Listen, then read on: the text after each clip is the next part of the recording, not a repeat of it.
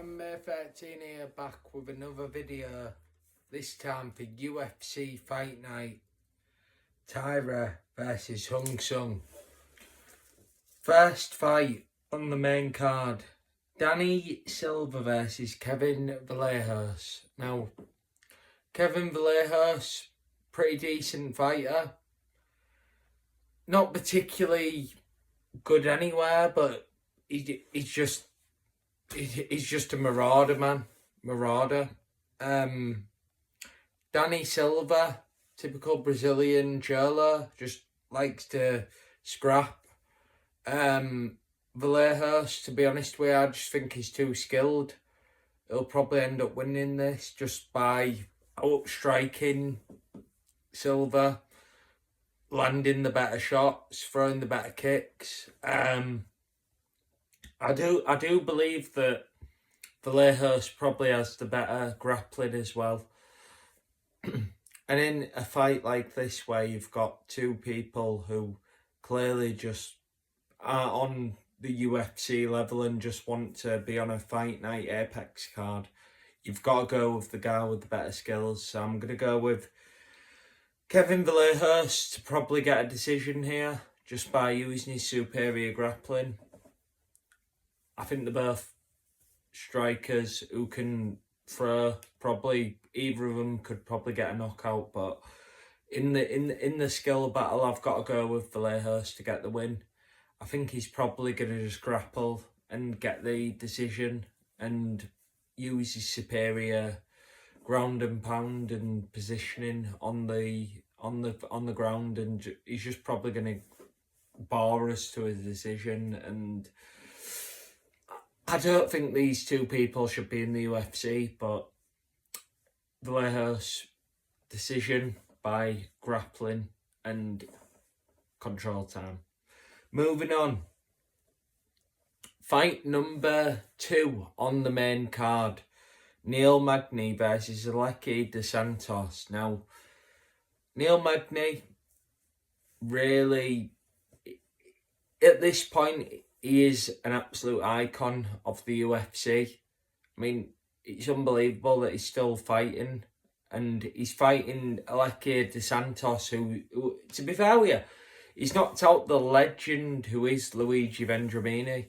So, you can't really slag him off. You know, he's fighting someone here who's, you know, got the ability to put you out at any time. But I think Neil Magny can actually get this one done, because Aleki dos Santos is like 36 years old, and Neil Magny seems to be able to win whenever he's fighting someone who's on his age.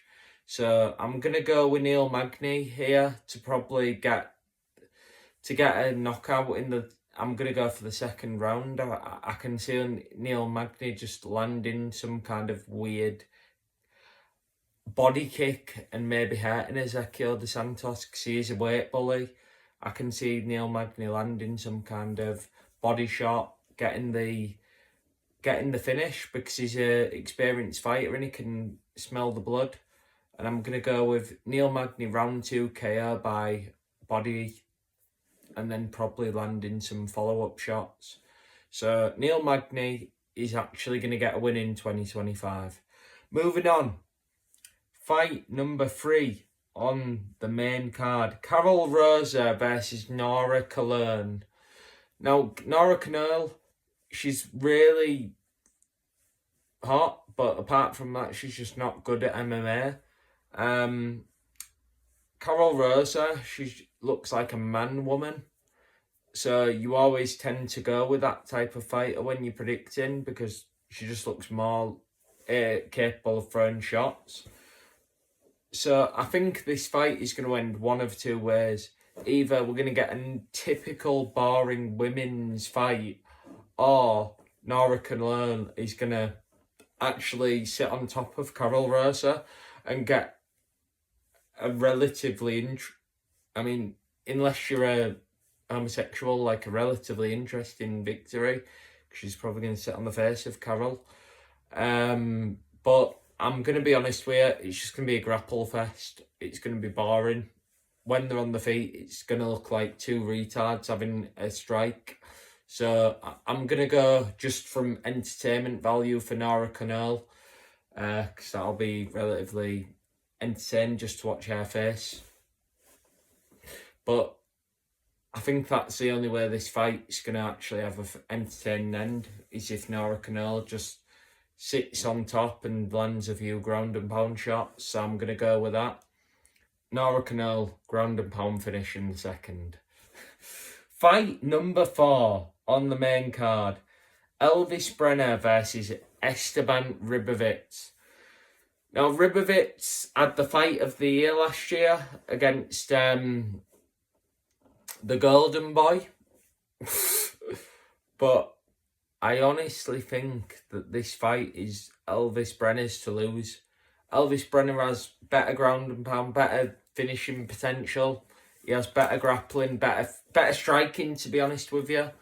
Ribovics is just a brawler. He's genuinely interesting to watch, but he does tend to just stand and bang. Like, Lucas Tracy would be happy to watch him in a fight. Like, probably the only way that I can see this fight going his way is if it was like an absolute all-out brawl. But Brenner just has the better fundamentals, man. I mean, I know that he nearly lost a fight to Nicholas Dalby, but don't let that put you off picking him in this, because I think that Ribovics is just a brawler, and he's fought some good fighters, but he's not really ever had a technical performance where I can say, oh, this guy's going to be a future contender. So I'm going to go with Ribovics to get absolutely pieced up. I think Brenner's probably going to get him to the floor at some point and just start getting the back. I can see him landing some good shots, and I can see him landing enough to get the victory in this, because he's just a better grappler and he's a better all-round MMA fighter. And I think if there's going to be a winner in this fight, it's got to be the guy with the better fundamentals. And I think that, I just think he's a better fighter than Ribovics. And I think Brenner also, in his fight against Joel Alvarez, showed that he still can hang with people who have got the ability to be a top fighter. Like, people forget that in that fight, he actually was holding his own until the finish. And Joel Alvarez is a top contender, even though he's gone to welterweight. You know, you've got to be a good fighter to be in the fight if you're fighting Joel Alvarez. So I think he's a level above Ribovics, and I think he'll get the submission in the second. Moving on. Fight number 4 on the main card. Mateusz Rebecki versus Chris Duncan. Chris Duncan, he's just not good at MMA. He beat one of the top prospects in the entire United Kingdom in his last fight, which is quite worrying. Jordan Vasenik, like one of the top prospects in UK MMA, got beat by Chris Duncan. That's really worrying. Rebecki, he's a submission artist, good fighter, but I feel like Chris Duncan is just an absolute bum. He's got a good run at the minute, but I just don't feel like he's good in any way. And I feel like he's just going to get pieced up in this fight by Rebecki, who, even though Duncan has some good finishing potential because he is a brawler, I feel like he's fighting Rebecki, who can finish you in any position on the ground. And then on top of that, you add to the fact that Rebecki is a decent striker and Chris Duncan's basically a brawler. I just think he's going to get outclassed in this fight. Rebecki also has had some really good submissions by rear naked choke. Chris Duncan is really susceptible to a rear naked choke because he tends to just fucking give his back up whenever he's on the ground. He almost looks like a starfish. So I'm going to go with Rebecki round 1 rear naked choke. I think it'll come when Duncan starts brawling with him.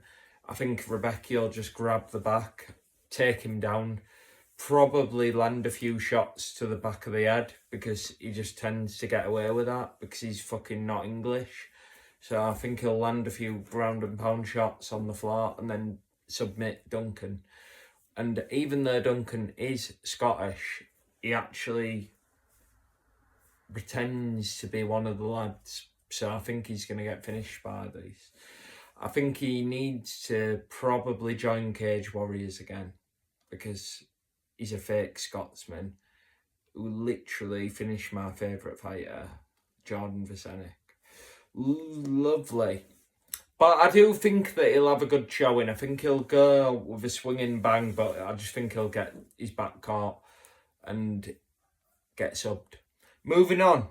Fight number 5 on the main card. Taira versus Park Young-sung. This fight really a make or break for both guys. They're both non-descriptive. You know, they both just look the same, let's be honest. No racism. They're both they're both going to go out there and just have a brawl. Taira just lost to Pantoja on a pay-per-view, so he's probably going to be a bit more hungry. Park Young-sung, just a typical Chinese mixed martial artist who really likes to be clean and not take too much damage. Anytime there's some pressure, he's going to fold. So you've got to go with the guy who's been in there with the dog, the Western Warrior. So I think if you're going to pick up a guy in this fight, you've got to go for the guy who's got the more UFC experience, because as we know, road to the UFC, the Chinese road is not really something that we can rely on. I thought Quileng was going to be an icon in the UFC, Yu Quileng, and look what happened there. So if you're losing to people in those regional Chinese promotions, then you can't really trust you to win a UFC fight. And I think if you're fighting someone like Taira, who's actually got some vicious ground game, and he's also got some really... He's one of those guys who will throw the knee when you in the clinch, and he'll really try and hurt you with it, whereas some fighters, like in the last fight that I was just talking about, they'll just try and be clean and try and get the win via decision, whereas Taira's really going to try and hurt you. So I've got to go with the guy who's got the better finishing potential, but I also think he could get the win just by using his superior grappling. So I think if you're going to go over bet in this, I'd go third round Taira by vicious knees to the body, and probably there's some follow-up shots in the ground, and then just ends it by ground and pound and top position. So I'm going with Taira in the third by vicious body ground and pound, landing those shots in the clinch and then putting him to the floor with that, and then landing the ground and pound. Probably just ending it by sub. If I was to go with any particular decision, I'd say he's probably going to end it by getting the back and just grappling and ending that on the ground with his superior positioning and ground and pound. Thank you guys. Thanks for watching.